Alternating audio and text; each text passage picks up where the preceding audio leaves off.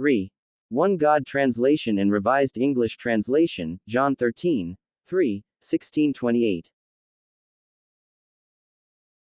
The One God Translation OGT, and the Revised English Translation REV commentaries on John 13, 3 and 1628 present a viewpoint that, come, in these verses refers to Jesus being born of Mary, as a result of a miraculous begetting in her. However, this interpretation does not align with the overall progression and continuity of the biblical narrative.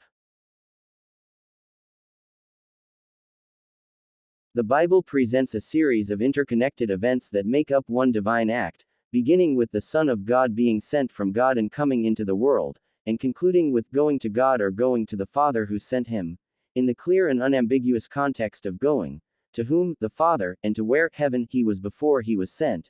John 13, 3, 118, 6, 62, 16, 5, 28, Hebrews 9:26, Revelation 3:21.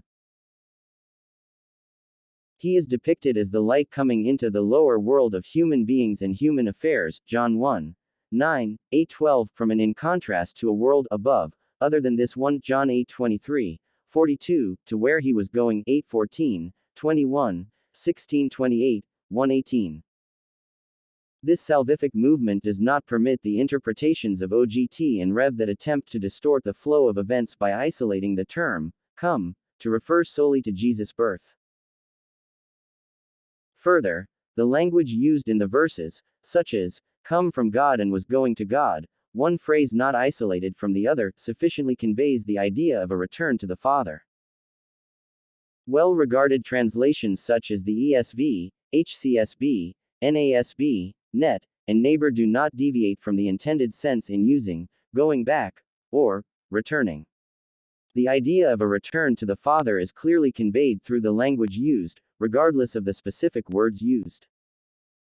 This idea is also established by phrases like, going to him who sent me, come into the world, and, leaving the world again and going to the Father. His descent from heaven and ultimate ascension into heaven, as described in John 3:13 and Ephesians 4, 9-10, align with the same overarching theme. The OGT author's rejection of translations that accurately convey the sense of the text introduces a false dilemma which presents a false choice between two options: that the Son of God had never been with God the Father and was going to the Father for the first time, implied, or that the translations are misleading. This type of argumentation does not offer a genuine commentary of the text and simply constitutes a logical fallacy. Arguments that reject and supplant the inspired words that show forth the Son being sent and come and going to where he was before he was sent, i.e., going back, contradict the coherent narrative of the Bible and goes against the intended meaning of the text that is central to the faith.